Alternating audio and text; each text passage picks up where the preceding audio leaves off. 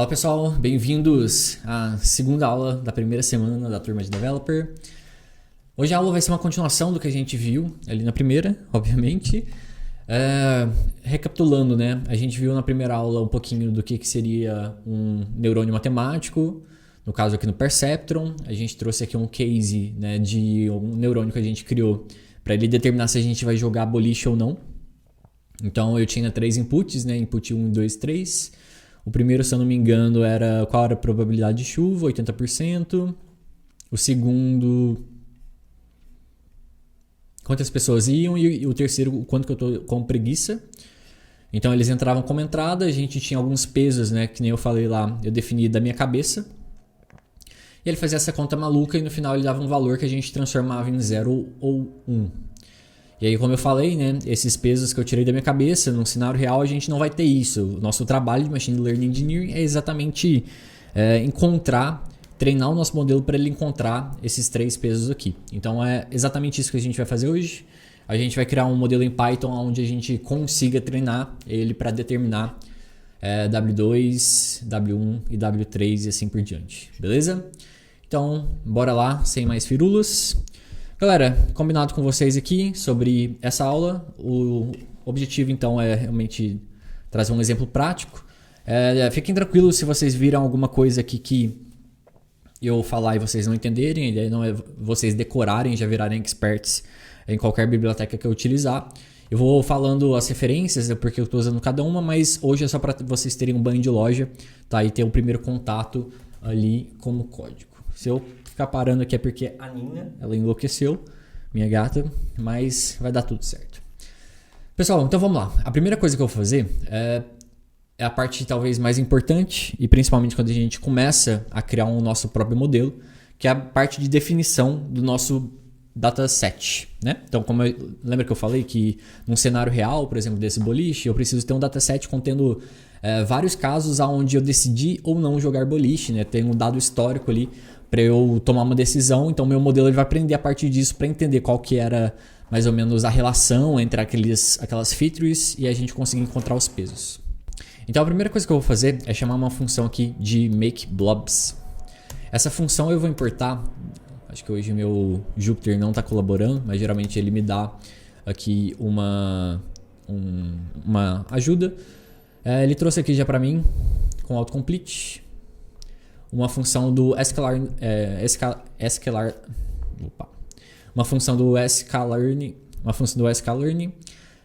Eu importo isso dentro do dataset chamado makeBlobs e ela faz exatamente a criação de um dataset sintético para a gente, né? O que seria dataset sintético?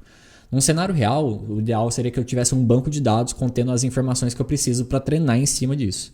Nem sempre, ou talvez até no momento de você criar a hipótese do seu modelo, você não vai ter esse banco de dados pronto, né? Às vezes você vai ter uma complexidade de ter acesso a isso. Então, geralmente, a primeira coisa que a gente faz é criar um dataset sintético, né? Meio que como se fosse um fake para quem vem aí de desenvolvimento, né? Então, a gente vai criar uma massa de dados aqui sintética para a gente treinar nosso modelo e depois que a gente tiver alguma coisa, a gente já pode substituir para dados reais. Beleza? O makeBlobs funciona basicamente assim. Deixa eu ver se ele trouxe alguma sugestão aqui também não. A primeira coisa que eu vou fazer é passar uma variável chamada de nSamples. Eu vou passar aqui para ele criar 100 exemplos para mim, tá? E agora vem uma parte bem importante, mas que talvez fique um pouco confuso agora, então não se assustem. Eu tenho que passar aqui 2 arrays, array 1 e array 2, onde vão ser os centros do nosso cluster. Calma lá que eu já vou plotar isso, vai ficar claro para vocês para que serve. Então, o primeiro centro eu vou passar -2, -2, e o segundo eu vou passar 2 e 2, que vai ser a outra ponta. Deixa eu ver se eu preciso passar mais alguma coisa. Sim, agora eu preciso passar o cluster std. Isso aqui não se preocupem agora, não vou entrar em detalhes para vocês não assustarem mais, tá? E aqui eu vou passar um outro fator que eu já explico também. Esse é que eu preciso explicar para vocês, que é o random state, que é igual, vou passar 42, calma que eu já mostro. Essa função ela vai me retornar 2 valores, tá? Geralmente a gente coloca como xy aqui, onde x vai ser o meu dataset de validação e y vai ser ali meu dataset de treinamento, tá bom? Make blobs not defined é porque eu não executei a primeira linha. Deixa eu colocar meu celular no silencioso, senão vai ficar pitando aqui. Então, beleza, ele já deu uma execução, agora deixa eu rodar a segunda linha. Foi quase instantâneo. Pra gente não ficar fazendo uma coisa aqui, eu não gosto disso, tá? Tipo, quando a gente executa um código e a gente não vê o que tá acontecendo. Eu sou uma pessoa muito visual, então vou imaginar que vocês também são. Eu vou chamar uma função aqui que ela vem do matplotlib, chamado plotter, né? Que é a função que a gente vai chamar, que é do pyplot. E eu vou construir basicamente um gráfico. Vou torcer aqui pro autocomplete me ajudar. Então ele trouxe aqui figure size 10,7, eu vou passar um outro tamanho para ele. Então a primeira coisa que eu passo aqui é uma escala, onde que ele vai construir para mim. Eu vou ter que importar esse cara aqui do import. Cara, esses autocompletes, brincadeira, né? Faz tudo pra gente. Então ele já reconheceu aqui que eu preciso do plot, figure. Beleza, ele quebrou. Agora que eu preciso chamar a função scatter e vou passar aqui para ele um x de 1. Na verdade, eu acho que está quebrado isso aqui. Deixa eu... Então, o scatter ele vai receber, né, na real, um valor de x, onde vai ser a coordenada do eixo x aqui no caso, e eu vou passar dessa forma aqui. Peraí, deixa eu pegar a Ninoca aqui que está na minha frente. Galera, isso aqui, muitas vezes vocês vão falar, pois, eu tenho que decorar isso? Não, tá? Eu não decorei isso até hoje. É apenas uma função pra gente printar os dois gráficos, né? Então ele já trouxe aqui, eixo 00, deixa eu dar um play. Então ele trouxe que não foi definido, deixa eu dar um play aqui no import. Agora sim, deixa eu ver o que ele está construindo. Beleza, olha que mágico. Ele já printou aqui pra gente, né? Então, o que eu fiz aqui nesse Make Blobs, galera, eu pedi para ele criar 100 exemplos. Ó, se eu colocasse 1000 aqui, ele vai criar 1000 exemplos. Deixa eu rodar aqui a construção de novo. Então, tá aqui. Deixa eu pegar a Nina aqui, que a Nina, ela tá querendo participar da aula hoje. Pronto. Então, a gente criou aqui duas distribuições, né? Porque o que a gente quer fazer é receber um input e eu determinar se ele vai estar no azul ou se ele está no vermelho, né? Então é basicamente isso que a gente precisa. Por isso que eu preciso de modelos sintéticos aqui, né? Imagina que o azul seria como se fosse pontos ali no meu dataset onde eu não fui jogar boliche, né? No meu cenário aqui, onde o vermelho seriam situações onde eu fui. Então, nesse vermelho aqui vai ter, por exemplo, probabilidade de chuva XPTO. Então, nosso objetivo é linkar um pouco dessas features que a gente mapeou para ver quais são as suas distribuições e determinar esses pesos que a gente chega nessa equação perfeita, tá? Então, show de bola. Deixa eu ver o que a gente já fez aqui. Por enquanto, eu vou deixar aqui e vou voltar aqui para a nossa construção, nosso código. Então, o que eu fiz aqui? Ó? Deixa eu até printar para vocês verem o que é x. Nota que x ele vai ser um array totalmente aleatório, tá? Porque a gente ainda não deu rótulos para esse cara. E y a mesma coisa. Então, o y aqui eles são os rótulos que a gente vai treinar para esse modelo, né? Então, o nosso Make Blobs ele criou os dois para a gente. Deixa eu apagar aqui para ele pagar a entrada. Show de bola.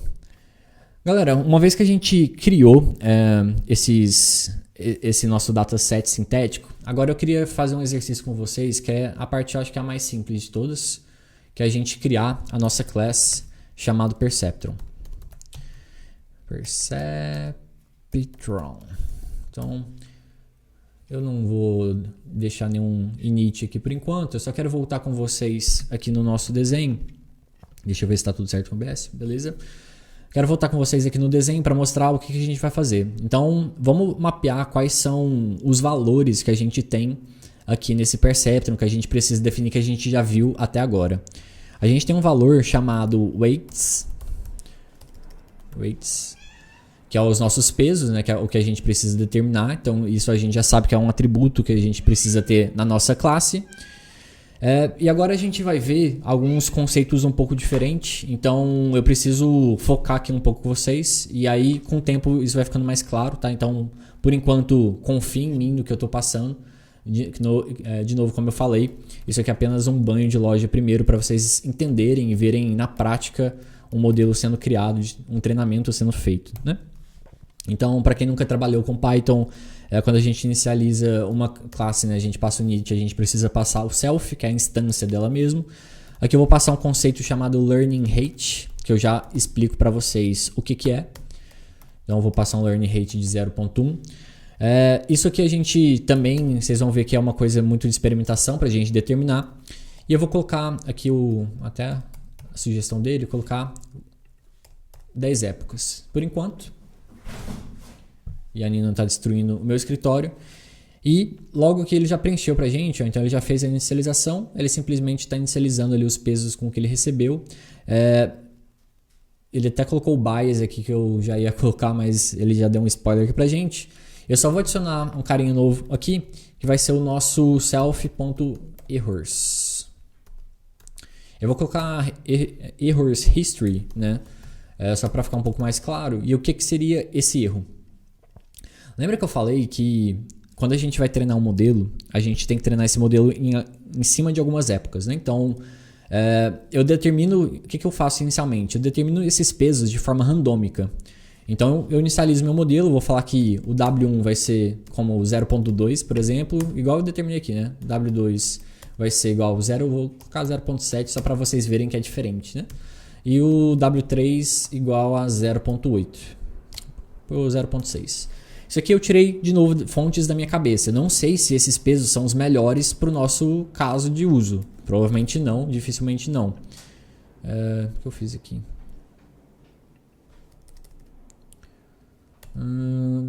Beleza. Dificilmente a gente vai acertar de primeira. Mas a gente tem que definir esses pesos, inicializar esses pesos com alguma coisa. Poderia inicializar tudo com 0? Poderia. Mas ao longo do tempo eu vou mostrando para vocês o porquê que o 0 não é o ideal aqui nesse caso. Eu prefiro inicializar ele como valores randômicos. Tem vários artigos que mostram que a randomicidade aqui para inicialização é melhor. Então, muitas coisas, igual eu falei, vocês precisam confiar em mim por enquanto, que vocês ainda não têm a base para eu conseguir aprofundar isso com vocês ainda, tá? Mas vão ter. Então, beleza, a gente definiu esses caras de forma randômica. E acontece que a gente vai ter que a gente chama de épocas. Então, imagina épocas como um looping. Então, por exemplo, eu posso treinar esse modelo durante 10 épocas, durante 100 épocas, durante 1000 épocas. O que vai determinar a quantidade de épocas que a gente tem que setar? É a experimentação.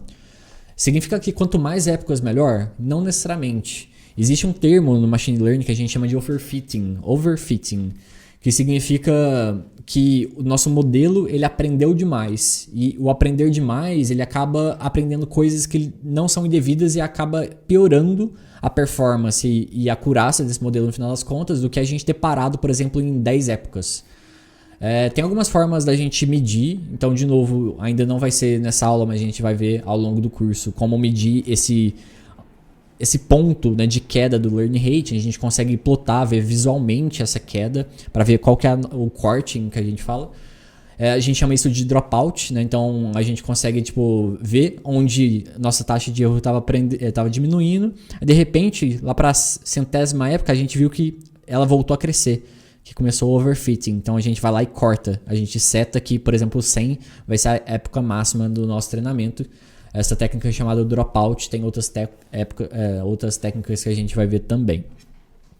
Então a gente já viu que a gente tem o iterations, que a gente chamou aqui de epochs, dessa forma.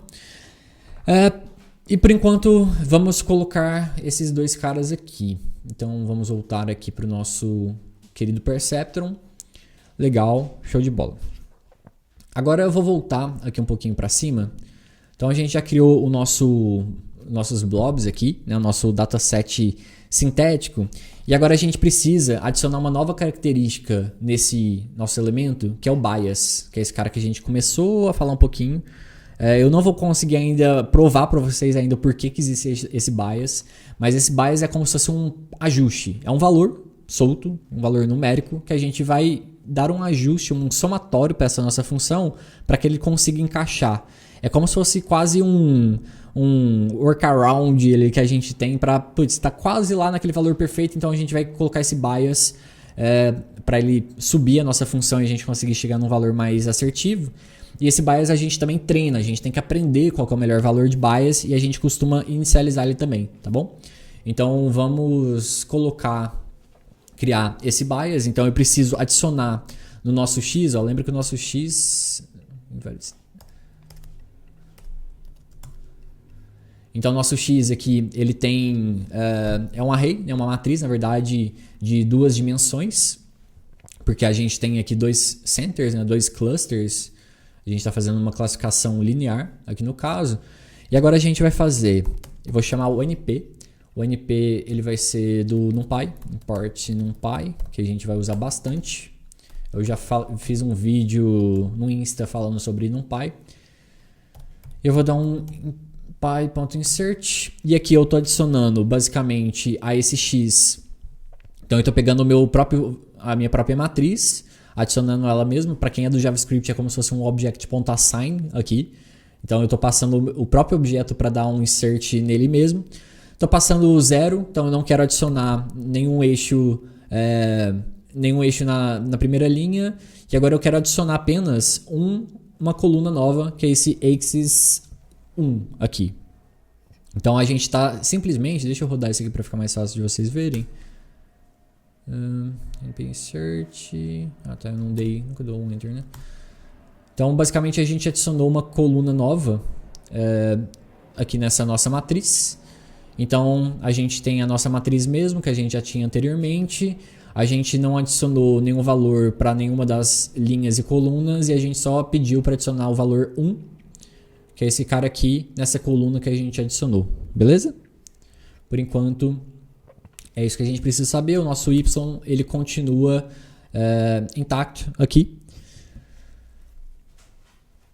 Agora uma coisa que eu preciso fazer também, pessoal. Nota que quando a gente criou o nosso eixo Y, que é o eixo dos rótulos, é como se eu estivesse falando... isso é bom eu mostrar para vocês. Ó. Aqui, quando a gente criou o X, cada posição do X ele é uma posição nesses quadrantes aqui. Né? A gente está fazendo aqui basicamente um aprendizado supervisionado, lembra? Então a gente tem um aprendizado supervisionado onde a gente tem rótulos, então eu preciso determinar, cara, isso aqui é classe A, isso aqui é classe B. O Y, o MakeBlobs, ele cria pra gente onde ele já pega ali cada posição do X e atribui uma classe para ele. Então, por exemplo, para esse elemento aqui, deixa eu ver se no OBS está tudo certo. Para esse primeiro elemento aqui, ele está atribuindo a classe 1. Para o segundo elemento, ele está atribuindo a classe 1. O terceiro elemento ele está incluindo a classe 0 e assim por diante. É como se ele desse o sentido para cada um deles, né, que a gente vai precisar. E então ele faz isso pra gente. No nosso depara que o 1 é como se a gente tivesse ido jogar boliche, o 0 é como se a gente não tivesse jogado boliche, tá? Quando a gente cria essa classe de treinamento, esse dataset de treinamento, vocês vão ver que a gente precisa separar uma parte dela. Eu acho que eu até falei isso no começo, só que eu viajei, tá? Eu tinha falado que eu acho que o XY era validação e treinamento, não. O X é a nossa própria matriz aqui de valores e o Y eles são os rótulos, né? O que vai fazer a gente separar o nosso dataset de validação e treinamento vai ser um pouco mais para frente. A gente precisa pegar uma parte desse dado, dessa base de X e Y e falar, cara, isso aqui eu vou treinar com esses dados.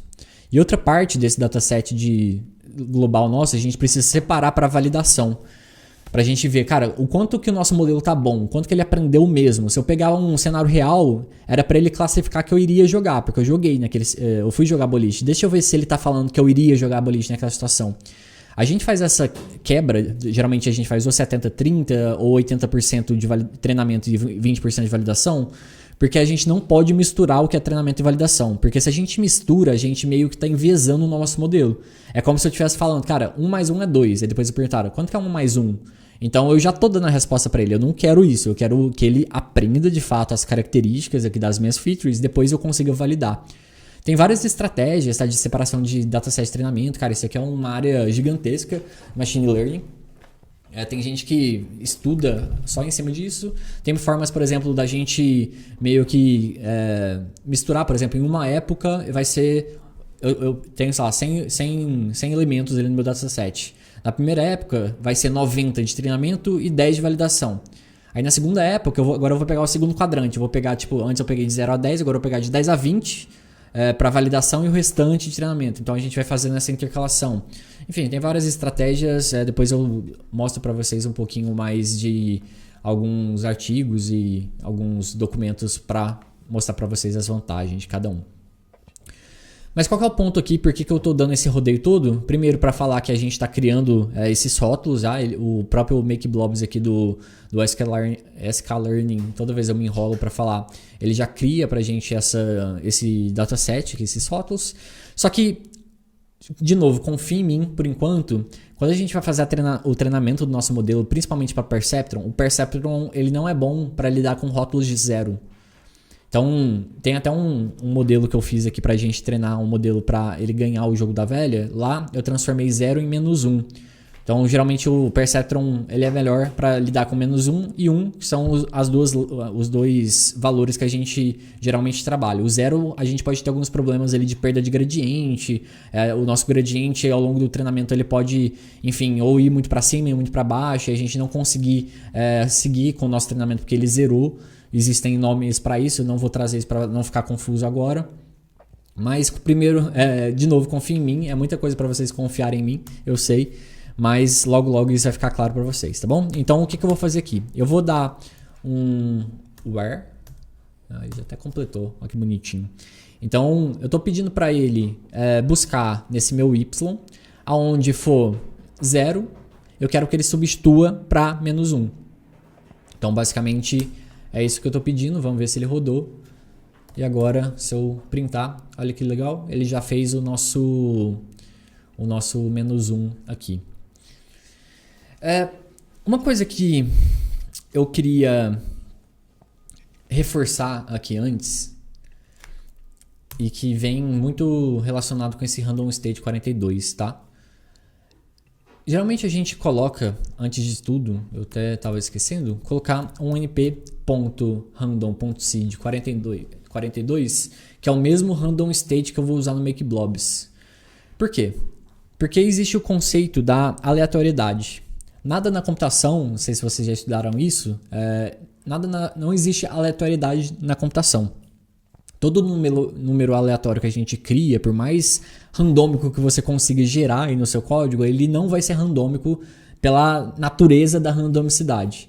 Por quê? Porque geralmente ou a linguagem ali de baixo nível ele vai levar, por exemplo, em consideração o clock, timestamp, ele vai levar em consideração alguma variável para gerar para gerar aquele seu vetor, por exemplo, no nosso caso aqui aleatório, né?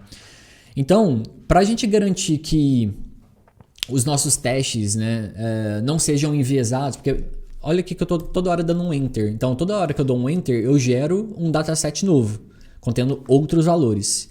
Se eu manter um seed aleatório, se ele usar, por exemplo, o timestamp aqui da minha máquina para definir qual que é a semente para ele gerar a partir de os aleatórios, toda vez que eu rodar isso, ele vai me dar um outro dataset. E lá na frente do meu modelo, quando eu estiver treinando, que eu tiver que refinar ali o meu modelo para chegar no melhor valor, eu posso meio que acabar me envezando, porque se eu mudar o meu dataset, significa que eu vou ter que treinar de novo, e melhorando o valor do treinamento não significa necessariamente que eu melhorei o meu modelo. Às vezes o meu modelo ele só está se comportando melhor para esse novo dataset. Então a primeira coisa que a gente faz geralmente é definir esse random state. Eu uso o 42 porque desde quando eu comecei a aprender Machine Learning, todas as pesquisas que eu leio, a galera usa 42, eu acho um número legal, e coloca 42. Mas se eu definir 11, eu posso usar 11, desde que eu use 11 desde o começo, né? Para todas as libs que eu usar aqui de geração de valores aleatórios. Existem algumas teorias também em Machine Learning que dizem que depois que você gera o seu modelo, você já refina, é legal você tirar esse random seed, tirar esse seed para você de fato testar o seu modelo na produção mesmo ali, né? Tipo, gerando valores aleatórios para ver se seu modelo agora é o contrário, né? Se seu modelo não está bom apenas naquele seed, às vezes para outro seed com valores diferentes, uma amostragem diferente, pode ser que ele se comporte pior. Então, às vezes também é bom você remover, mas não no começo. No começo, o recomendado é que a gente... O que eu recomendo para vocês é que vocês mantenham esse seed sempre fixo para não cair nesse viés, achar que seu modelo melhorou da noite pro dia só porque você dormiu, mas na verdade ele só trouxe coincidentemente um dataset melhor, tá? Então beleza, agora que vem a parte legal e a parte mágica aqui do nosso código. Então eu só vou criar aqui uma outra abinha de código para a gente separar, para eu não ficar criando toda hora essas sementes. O que eu vou fazer aqui é chamar uma outra lib, tá? A Nina tá miando ali. Eu vou chamar uma lib chamado train test split. Eu vou chamar essa lib, eu vou passar para ela aqui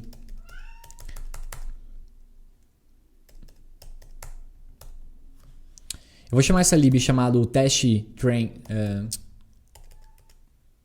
eu vou chamar essa lib chamado train test split. Ela vai receber alguns valores aqui. Antes, deixa eu só colocar o import dela para que a gente consiga ter os autocompletes ali certinhos. Eu vou dar um from sklearn, já deu o autocomplete aqui pra gente. Show de bola. E agora eu vou passar aqui os valores que essa função exige, tá?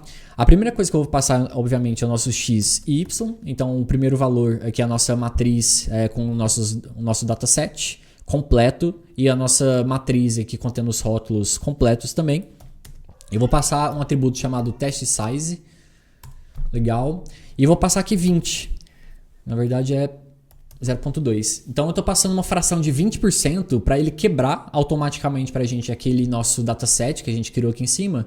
20% vai ser para validação, para teste, e 80% para treinamento. Eu poderia colocar 0.3, aí 70% para treinamento e 30% para validação. Geralmente eu gosto de usar, pelo menos é o que dá mais resultado assim, nos meus testes, até mesmo porque isso é um ponto importante. Muitas vezes quando você está trabalhando principalmente com machine learning, quando a gente foge um pouco desse conceito de LLMs, foundation models, dado é escasso, né? Então eu usar 70%, 30% da base para validação significa que eu vou ter 10% a menos para treinamento. Então, como eu disse, dado é escasso, nem sempre a gente vai ter uma base muito volumosa e às vezes 10% aqui fazem falta pra caramba no nosso treinamento. Então, isso varia de caso a caso, você precisa também analisar, colocar isso como um fator de decisão para você quebrar a sua base de validação. E para cenários que você tem uma base pequena, aquela estratégia que eu falei de cross-testing, né, que é você pegar, por exemplo, uma fração, 10% ali vai ser, a primeira fração vai ser validação, restante treinamento, depois você vai meio que fazendo um looping. É muito bom porque aí você consegue passar por todo o seu dataset, ele vai passar por treinamento e todo o seu dataset vai passar por validação também. Então isso é muito bom para quando você precisa, você tem um dataset pequeno. Mas também tem os trade-offs, né? Não é bala de prata para tudo. Depois eu trago isso com calma para vocês. E olha aqui o que eu vou passar mais uma vez. Eu vou passar nosso random state igual 42. Deixa eu colocar esse valor aqui numa variável, né? Então, random state igual 42. E aí vai ficar melhor. E aqui, beleza, random state 42, training test split, não deu enter aqui provavelmente. Show, agora ele criou. Eu coloquei dessa forma propositalmente para ele printar, então ele vai printar algumas coisas pra gente, só que ficou mais confuso. Então deixa eu mostrar para vocês aqui que fica mais fácil. Essa função ela vai cuspir pra gente,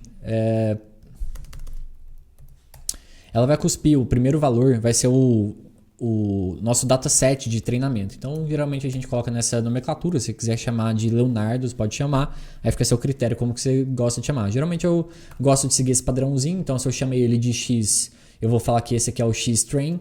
Então a gente tem um X-train, um X-test, e a mesma coisa para o Y também, eu vou ter um Y-train e um Y-test. Dessa forma aqui.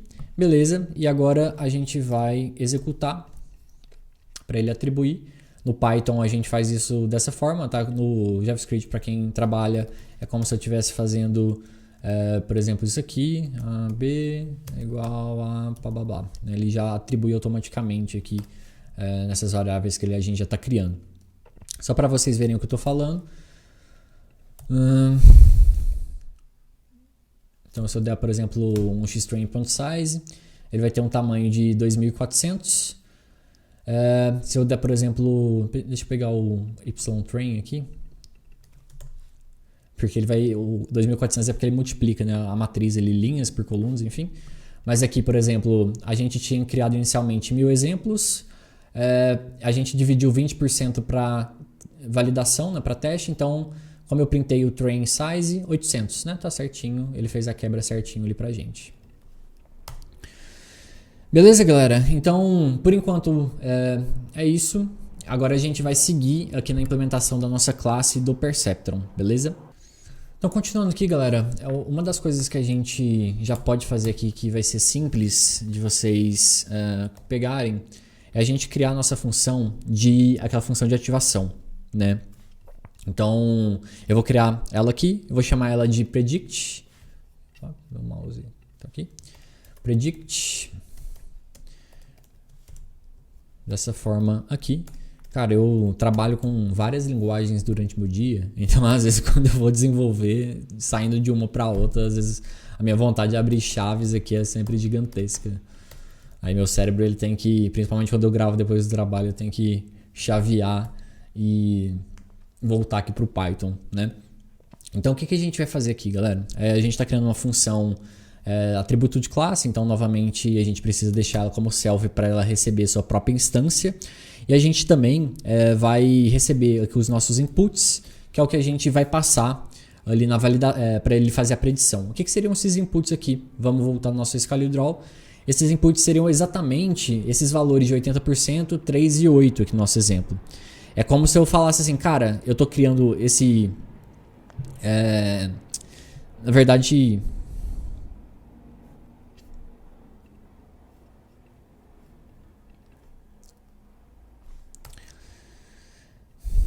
Então vamos lá. Galera, eu acho que uma função que a gente já pode criar aqui, que vocês provavelmente já devem estar se perguntando como que a gente faria ela, seria a nossa função de predict, que ele vai ser exatamente aquele nosso corpo celular, que ele vai fazer aquele somatório ponderado. Cara, só uma curiosidade, principalmente quando eu gravo depois do trabalho, eu trabalho com JavaScript, trabalho com Kotlin, trabalho, enfim, com várias linguagens. E a minha vontade, às vezes, de abrir chaves aqui é gigantesca. Então, eu preciso focar aqui minha cabeça para ela mudar de contexto aqui, porque é hard. Mas vamos lá, então. A gente criou um atributo de classe. A gente precisa passar um atributo de classe aqui, né, porque a gente está criando um método aqui dessa classe, na real. Então, ela tem que receber sua própria instância. Eu nunca... concordei muito com essa sintaxe aqui do Python, mas enfim, não fui eu que criei. E ela vai receber também os inputs. Para mim não faz muito sentido, porque se você já está na sua própria instância, por que você tem que receber ela mesmo? É como se você estivesse fazendo tipo um builder pattern aqui, meio que na gambiarra. Então, se eu já estou dentro dela, tipo, eu poderia acessar self como um atributo de classe, mas enfim, coisas que eu não entendo muito. Cara, desenvolver hoje em dia é muito roubado, né? Olha aqui, o autocomplete ele já fez aqui pra gente o que a gente precisa desenvolver, mas vamos com calma aqui. Deixa eu explicar pra vocês antes. Então a gente está criando exatamente essa conta aqui do corpo celular, onde ele vai criar a função de x e ele vai fazer essa média ponderada aqui. Deixa eu voltar aqui pro nosso caso. Ele já apagou aqui, mas eu posso fazer. Tá, linear. Vou criar uma na UDP. O que vocês acham? Vocês acham que em algum momento a gente vai esquecer de como programar com esse tanto de ajuda que a gente está tendo? Eu acho que só melhora, mas enfim, tem a galera que é contra essas coisas, acho que vai desaprender, né? Mas enfim, é um papo para outro momento. Então basicamente eu chamei aqui a função do npdot, que basicamente faz a soma, o produto escalar, né, que a gente estava vendo, somatório escalar. E aí ele está recebendo esses inputs, que são exatamente os 80%, os 3 amigos e 8 de preguiça, que a gente está recebendo no nosso exemplo. Então eu estou recebendo esses caras, estou passando o peso naquele momento. Então a gente vai inicializar esses pesos, calma. Então vamos supor que a gente inicializou igual a gente colocou aqui, que era 0,2, 0,7, 0,6. Então ele vai fazer exatamente essa soma escalar aqui para multiplicar o peso pelo input e somar tudo. Mas o nosso amiguinho o bias, que a gente ainda não entende muito bem, mas ele está aqui. E olha que legal, ele colocou aqui, mas eu quero criar uma outra função para deixar mais claro ainda, que é o nosso activate. Eu vou criar uma função chamada activate que vai receber exatamente o nosso linear output. E eu quero copiar esse cara aqui para cá. Eu vou deixar ela como privada ainda, passar o self aqui, beleza. Eu quero só mostrar para vocês que isso aqui, o que a gente está fazendo, se fosse na vida real não faria isso, tá? É só para deixar um pouco mais claro aqui, que essa função de activate, ela está fazendo, aqui é self.activate, ela está fazendo o papel daquele nosso hormônio ali de neurotransmissão, né? Que é essa função de ativação que a gente já colocou até aqui, né? Então, no nosso caso, a gente tinha colocado, se f de x for menor que 100, a gente atribui valor 1, se não, transforma 0, porque exatamente é o momento que a gente está fazendo aqui a classificação binária, né? Do 0 ou 1. E aí, debaixo dos panos, a gente sabe que a gente tem os rótulos, né? Que 1 significa jogar e o 0 não jogar. Então, aqui no nosso caso, como eu falei que a gente vai usar 1 e menos 1, a gente já até transformou o nosso y, que os nossos rótulos, em menos 1 e 1. A gente já consegue usar ele aqui. Então, se nosso linear output, por enquanto eu vou deixar assim, tá? Maior que 0, ele vai colocar 1, senão ele vai colocar menos 1 aqui pro nosso caso. Beleza? Agora a gente precisa, galera, inicializar os nossos pesos e a gente vai fazer isso exatamente agora. Então, dando sequência aqui, a gente vai criar a nossa função de treinamento, finalmente. Dessa vez eu não vou criar ela como um método privado, porque a gente vai chamar ela na nossa instância e ela vai receber ela mesma, que é um método de classe. A gente vai receber um x e a gente vai receber um y, que é o nosso dataset ali de treinamento e os nossos rótulos, né? Agora a primeira coisa que a gente vai fazer é inicializar o nosso peso, assim como o nosso amigo autocomplete, ele já fez aqui. Então ele está pegando os pesos ali no momento do treinamento e inicializando ele com 0. No caso eu vou apagar isso porque eu falei que eu geralmente não gosto de inicializar com 0, eu gosto geralmente de usar valores randômicos e para a gente fazer isso a gente chama o random, como a gente já usou ali em cima, random.rand, beleza. E aí a gente vai passar esse shape de 1, que é basicamente a gente está pedindo para ele criar aqui um array de uma dimensão, tá? E aí, por enquanto deixa eu fazer isso. Então os pesos aqui, beleza. E aí eu vou multiplicar por 0.01, aqui eu já falo por quê, tá bom? Só deixa eu criar essa... Então eu vou dar um enter aqui, vamos criar um novo trecho de código e eu vou criar o nosso perceptron. Então vai ser perceptron igual a perceptron. E aí eu vou chamar o que eu tinha lá em cima era o learning rating, então ele vai receber, vou passar ele como 0.1 mesmo. Então learning rate 0.1. Eu vou passar aqui por enquanto sem épocas, que é o que a gente já tinha por default, e deixa eu chamar esse método de train.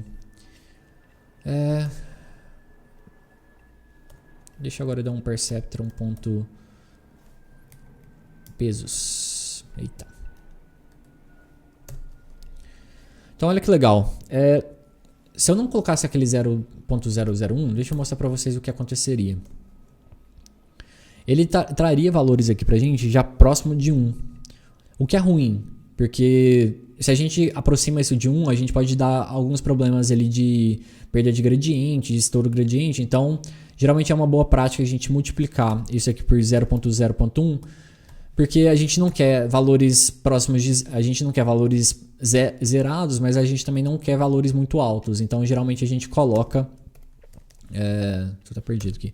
Esse 0.0.01 para diminuir aqui os nossos pesos. Tô apanhando aqui, tô bem cansado hoje, cara. Então, ele gerou valores totalmente randômicos aqui pra gente. Ó, toda vez que eu executo, ele tá gerando novos valores aqui pra gente. Sempre naquele seed 42, né? Igual eu falei, o nosso modelo ele não se perder e criar fora de um seed completamente diferente e dar valores ali que a gente já que podem enviesar aqui as nossas predições, tá? Então, ele criou aqui os pesos, ele criou também já o bias está zerado, né? Porque a gente definiu ele como 0. Geralmente eu coloco essa inicialização dentro do train porque como é um atributo de classe aqui, como a gente está criando um objeto, se eu coloco esse cara na inicialização, depois eu posso chamar tipo um train, e aí quando eu chamo o train de novo, ele vai usar o peso definido anteriormente.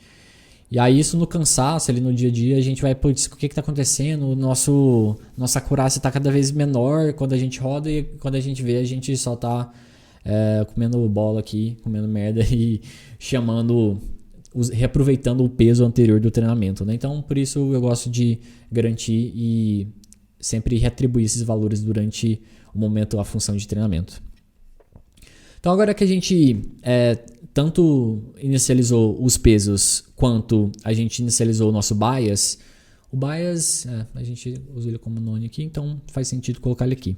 O que agora a gente vai fazer de fato é o treinamento e pode parecer de novo um pouco abstrato, mas confia em mim, eu vou tentar deixar mastigar o máximo que eu conseguir agora, mas tem algumas coisas que vocês ainda precisam ver ali de gradient boosting, para a gente ver, por exemplo, de derivadas, para vocês entenderem o que está acontecendo aqui por trás, tá? Então, o que não ficar claro para vocês, calma que em próximas aulas vai ficar, eu prometo. Como eu falei, galera, o nosso treinamento nada mais é do que um looping nas épocas que a gente está fazendo, né? Então, eu já coloquei aqui um for, né, no nosso range ali das épocas. Então, por exemplo, se eu tenho 100 épocas, ele vai executar. Eu tenho 10 épocas aqui na inicialização, mas eu passei 1000 aqui, ó, vou colocar 100.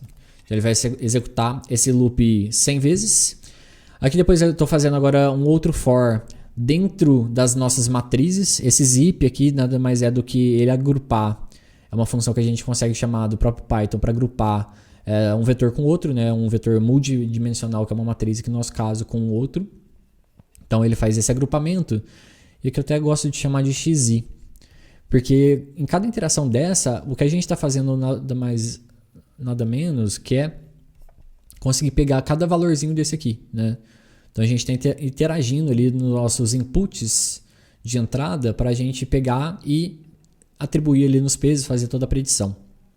Então olha que simples, pode parecer complexo assim, mas é bem simples. O que a gente vai fazer primeiramente, deixa eu apagar isso aqui que ele gerou sozinho. Eu vou criar aqui, cara, isso é muito roubado, né? Tipo, prediction, não vou aceitar não, que eu quero criar com vocês aqui. Então eu vou criar uma variável chamada prediction e a gente vai chamar aquele nosso método de predict. E eu vou passar, lembra que ela recebe o nosso input? Então aqui, ó, o nosso predict, ela recebe os nossos inputs aqui, que nada mais é do que o nosso XI dessa nossa interação. Então essa é como se fosse a primeira prediction. Se eu estivesse criando ali, por exemplo, o primeiro somatório que a gente passou com esses inputs. Então, seguindo aqui, o que a gente vai fazer agora é criar uma variável chamada update. Calma que vocês já vão entender o que é isso. O que eu vou fazer? Vou dar um enter aqui e vou apagar esse cara. Esse update aqui, galera, o que ele vai calcular? Lembra que a gente falou que a gente precisa atualizar esses pesos durante as épocas para entender qual que vai ser o peso ideal ali para nossa f de x? O que a gente está fazendo é o seguinte, ó, eu vou continuar aqui, vai ficar um pouco mais claro. A gente vai atualizar os nossos pesos.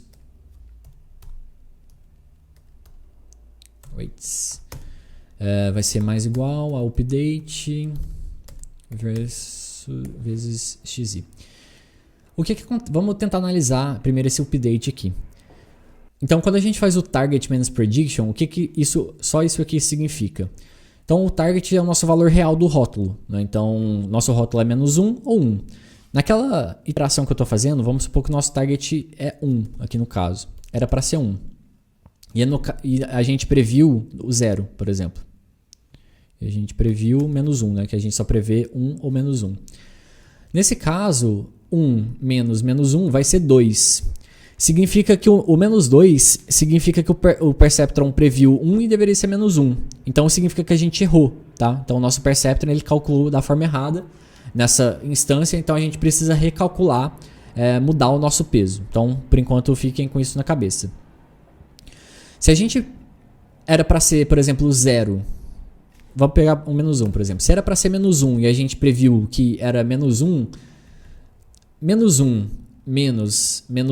que é menos 1 mais 1, então isso vai dar 0. Ou seja, o 0 nessa conta aqui significa que a gente acertou a previsão. Então, nosso Perceptron está com o valor correto da predição, dos pesos. Lembra, nosso predict ele faz a multiplicação dos pesos atuais naquela interação, vezes os inputs que a gente está recebendo, mais o bias, e depois a gente tem a função de ativação que vai retornar menos 1 ou 1. Então significa que o 0 aqui significa que a gente acertou, show de bola, não tem erro nenhum, esses valores aqui estão ok, a gente não precisa fazer nada. Mas quando tem, por exemplo, 1 e menos 1, isso vai ficar 1 menos menos 1, isso vai ficar 2. Então o 2 também significa que a gente errou, a gente precisa recalcular o nosso peso. E nessa função aqui de baixo, a gente está fazendo exatamente isso. A gente está passando, olha, eu quero agora passar um novo valor de peso, onde eu estou multiplicando esse valor que eu calculei, e aí pode ser que no nosso caso dessa predição binária, pode ser 0, menos 2 e 2, multiplicando aqui por esse input, né? Então a gente está meio que atualizando o peso, e agora a gente precisa fazer o seguinte, lembra que a gente vai ter 3 saídas, então ele já deu autocomplete? Se o update for diferente de 0, significa que a gente errou. Lembra que o menos 2 ou 2 significa que a gente errou o treinamento.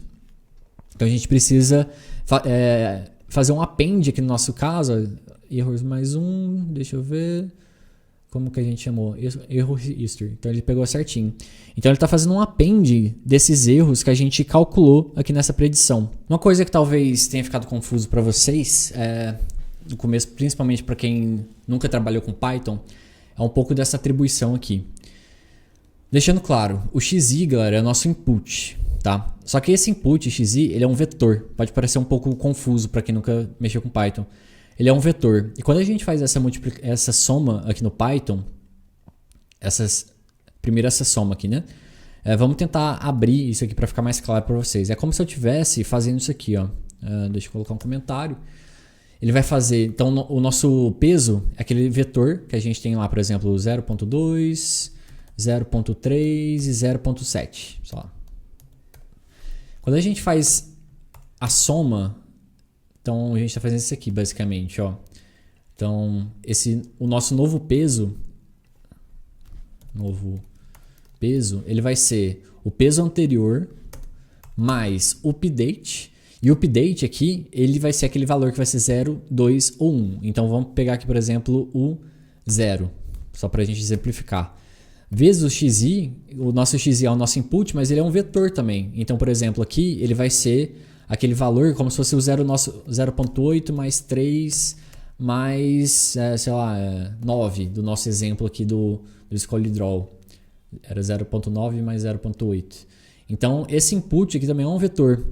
E o Python é muito bom de fazer essas operações porque ele já consegue fazer essa multiplicação coluna a coluna aqui, né, no caso.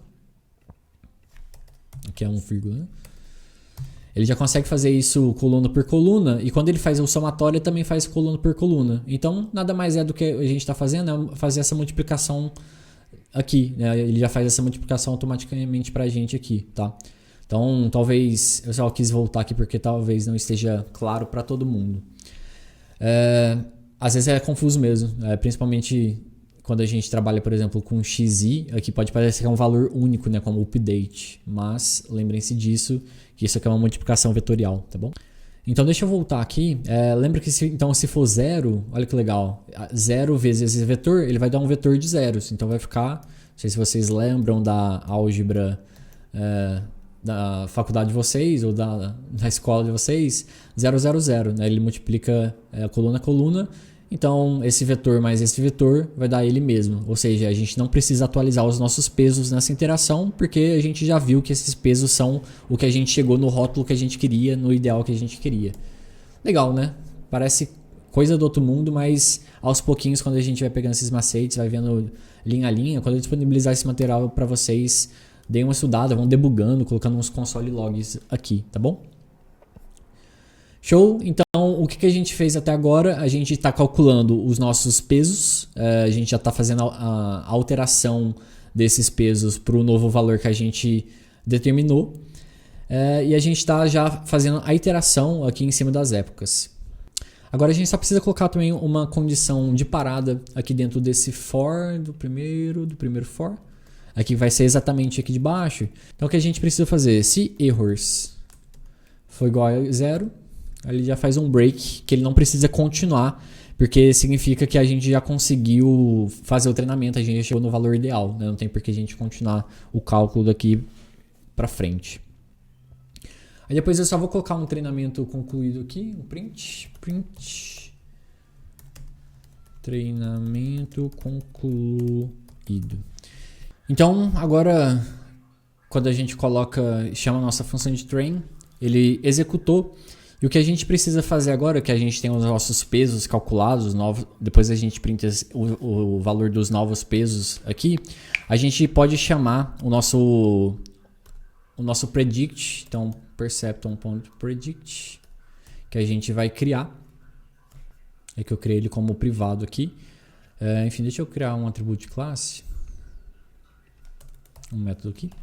Então predict vai ter self e ele vai receber aqui o nosso x, que vai ser o x que a gente vai passar de treinamento lá para ele. E aí ele vai simplesmente dar um returning self.predict x. Só para a gente não dar acesso a classe privada, ao método privado lá em cima. Então aqui a gente já vai ter predict. E aí eu vou passar aqui para ele o x, que aqui no caso vai ser o nosso x test. Foi teste que eu defini lá em cima, né? X teste.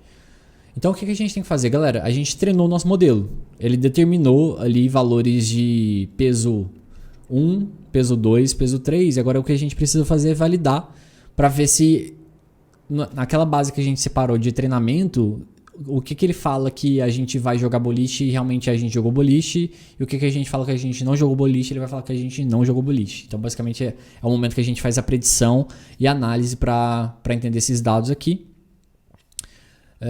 Deixa eu chamar então um predict. Ele está falando que a gente não tem perceptron.predict. Eu não devo ter dado enter aqui no caso.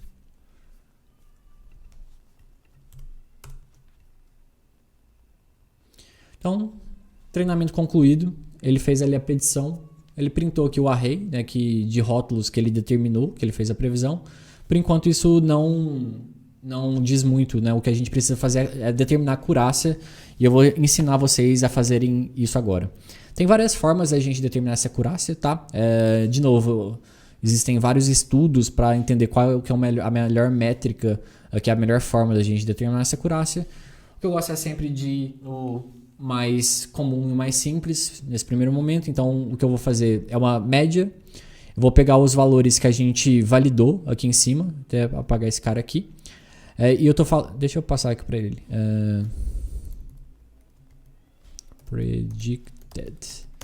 Então eu vou passar aqui o que a gente fez a previsão, que é esse array aqui embaixo.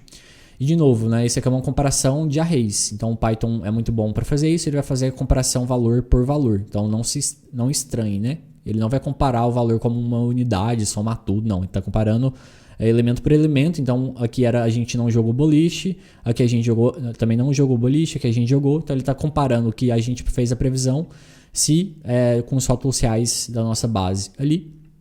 E a gente vai printar a acurácia como a gente está fazendo aqui. Legal, a gente deu uma acurácia de 1, significa que para todos os casos de uso, a gente acertou o nosso treinamento. Ou seja, sempre que a gente jogou boliche, eu estou dando esse exemplo porque eu usei ele na introdução, tá? Mas sempre que a gente previu que era -1, no nosso dataset realmente era -1. O nosso modelo ele conseguiu, de fato, determinar as correlações, os pesos de W1, W2, W3 e assim por diante. Aqui no nosso caso a gente só colocou duas features, né? Feature 1, feature 2. Ele conseguiu determinar quais são os valores ideais para a gente chegar nessa resposta. Pode parecer muito roubado esse valor 1, e tá? Ele é pelo seguinte motivo, porque a gente criou aqui o nosso dataset já com dados sintéticos bem separadinhos, né? Nota que raramente a gente tem um valor que eles se cruzam. A divisão aqui é bem delimitada. Então, nesses casos, dificilmente a gente vai ter problemas na hora de determinar, na hora de a gente treinar o nosso modelo. Quando a gente tem dados aqui, por exemplo, teve um dia específico, geralmente quando chove eu não vou. E aí, só que teve um dia específico que eu consegui uma carona e fui.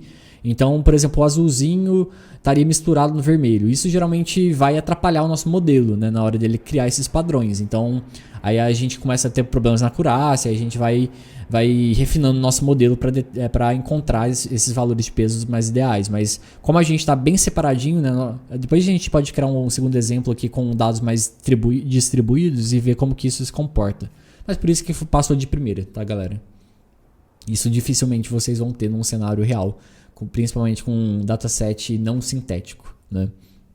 E agora o que eu quero fazer aqui é construir a nossa... Eu vou criar de novo um mapa, então plot.figure. Vou passar para ele agora uma figura, uma escala maior. Passar 14 por 6 mesmo. Beleza. E agora eu preciso pegar um código que eu já tenho pronto aqui, porque eu não vou ficar plotando na mão. Olha que legal esse gráfico aqui. Vamos ver o que ele simboliza pra gente. Então, no eixo Y, a gente tem número de classificações incorretas e a gente tem as épocas durante o ciclo, né? Então, a gente começou... a gente tem 100 ciclos e isso aqui vai mostrando que ao longo do tempo a gente fez algumas predições erradas. Então, a gente aqui, por exemplo, nessa época aqui, na primeira época, os nossos pesos estavam completamente errados, né? Como a gente começou de forma randômica. Então, a gente fez ali 8 classificações incorretas, por exemplo. Deixa eu ver só assim, 1, 2, 3, length, error history, tá.